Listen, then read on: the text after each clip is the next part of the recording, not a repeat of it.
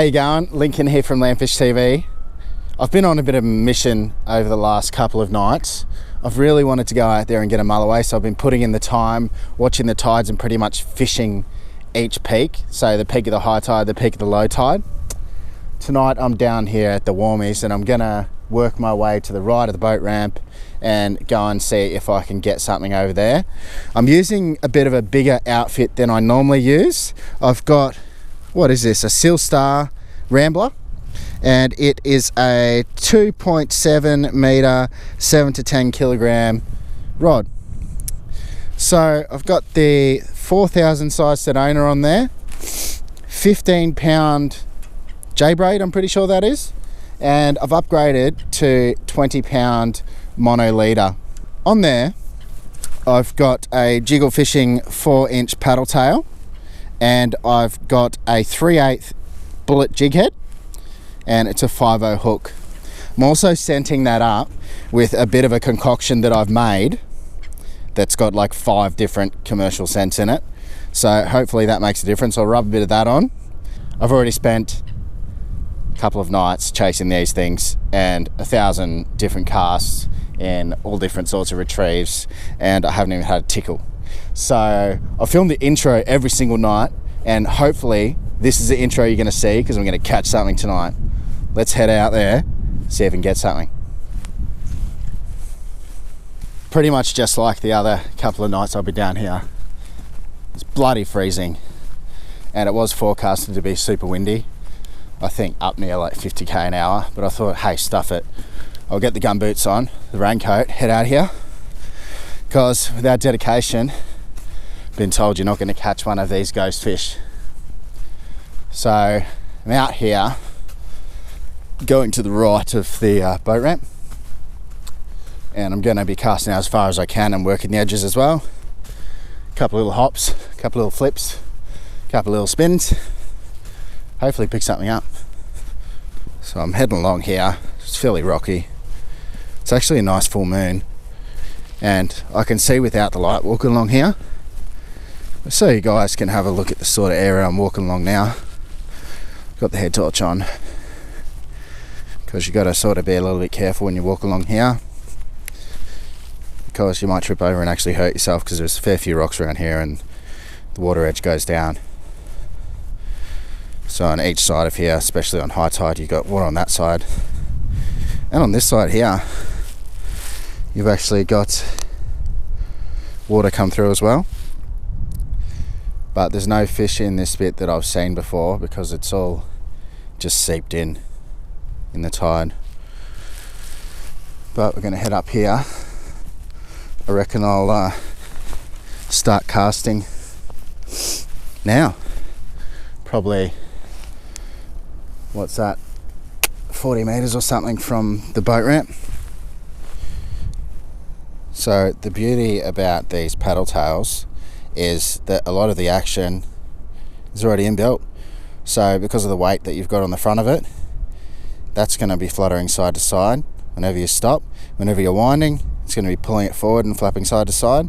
So it's a lot of action there going in through the water. And I'll just run you through a couple of the different retrieves that I'm going to be using. So I'm casting straight out. Then all I'm doing, letting it sink a couple of seconds, couple of little twitches like that, let it sink again, couple of little twitches, let it sink again, and while you're doing the twitches, all you're doing is winding those couple of times, and when you're pausing, you're letting that slack line go, and that's the lure sinking. Then you just do it all over again. The next retrieve that I'll be using is just casting out again. What you're doing is just like when I'm fishing for flathead, I'm going to let this sink all the way to the bottom. Once it's on the bottom, winding up that little bit of slack, just giving them 2 little pops. Geez, that's a good sign, isn't it? Heap of mullet just went past. They're just out there. You probably can't see it, it's a bit far for the camera at night time, but that's a good sign that there'll be something around chasing it. But same as flathead fishing for this retrieve, hit it to the bottom, couple of little pops up, not too fast, not too aggressive, because it is winter, and then I'm just letting it sink down and repeating that all the way back. And the third retrieve I'll be doing will pretty much all the time be casting along the rock wall or off just to a bit of an angle, and I'm just casting straight out. And what I'm doing is, all I'm going to do, give it a couple of seconds to sink down, then I'm facing my rod straight out here, and all I'm going to do is a slow roll all the way back. So doing this along the edges will get anything that's hunting along there, supposedly, and will keep your lure out of the snags, because you might be able to see there's all rocks here and that continues down into there a little bit, and you may get hooked up on them if you let it sink close to the shore. So doing this along the edges is a good option to make sure you're covering your ground. And often before I move forward, I'll do one of those casts along there and bring it back. So to make sure I'm covering a lot of area, all I'm doing is picking a spot where I'm starting, doing those 3 different types of retrieves. So casting out, twitching, wind, doing that. Then cast out again a little bit to the right of that, doing the double hop along the ground. And then the third one before I move to the next spot, casting out and slow rolling it along the edge. And then all I'm doing, taking 1, 2, 3, 4 steps and repeating it all again. Then all I'm going to do is keep doing that all the way up here, and hopefully that will get me a fish. Today is going to be the day. When I am fishing, I do have the headlight off, because I think that at night time, especially from what I've read, these Mulloway will get a bit spooked by any head torches or unnatural light that isn't normally there in their environment.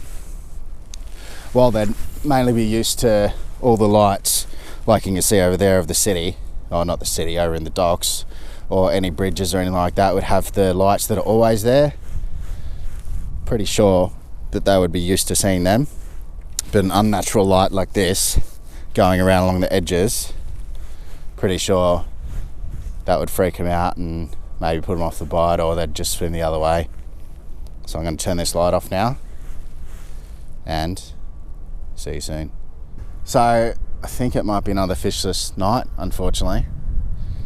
I've come all the way along the rock wall, fished all along here, used those 3 different retrieves. Thought I was in for a chance because I saw those mullets swim past and just looked really, really fishy. So gonna head up there, might have a flick near the boat ramp, and if not, I might head off. Let's go have a look up there. Oh, that's all right. I don't know if you can see that, but the Warmies is pumping. Well, I haven't really been paying attention over there, but there's a hell of a lot of smoke. Once again, I don't think you can see that because I can't see it on the camera lens, but I can see it with my eyes, and the light doesn't help. But there's smoke pumping out of that, which means hopefully there's some water pumping out of the Warmies, which means the mullet will go up there, which also means hopefully there's a predator chasing them. So, gonna go up there and try and catch one. Any nibbles or what? Nah, I've been up and down this way, but past it here and there, not much. But Warmies is pumping pretty hard, so I was thinking we might just go fish next to the pump. Yeah, I saw that when I was up there, and I was like, far out, might actually be something up there worth getting. Yeah, might as well go for a flick up there before you leave. Yeah. Oh, let's head up. Alright, let's do it.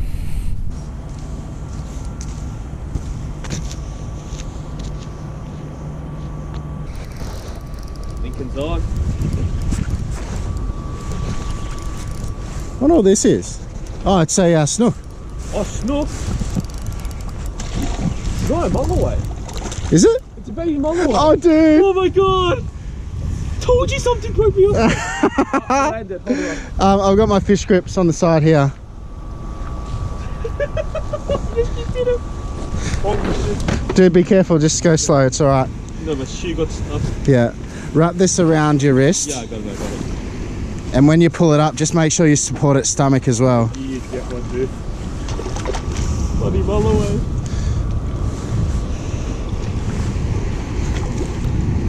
I got 20-pound line on as well, so if you need to, you can use that. Yeah, right on that bottom lip. Yeah, no, try to get it. Yeah, support that stomach. Yeah, bring her up here. That is fantastic. Dude, we got a Mulloway. We came out here for a Mulloway and we got a Mulloway. I told you something broke me off. So, I'm thinking this thing just broke me off of my 1 to 3 kilo rod. So just hold it up for me there, Ryan. Just look the other way. No, with your head torch. How sick is that? So we just got that on the 4-inch paddle tail. My first Mulloway down here at the Warmies. So I've been hunting this guy all weekend. It's not as big as I'd like, but it's my first Mulloway down here in Melbourne. I think I got a 3/8 jig head on there, a size 5.0. I got a 4-inch paddle tail in there as well. How cool is that?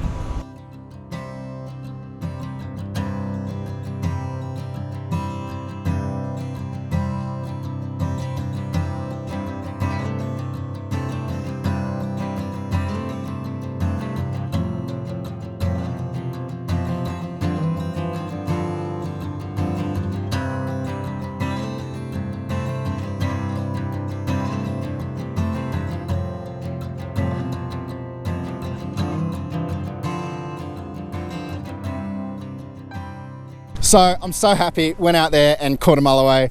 I was targeting one, I've spent a lot of hours trying to get one and I got one.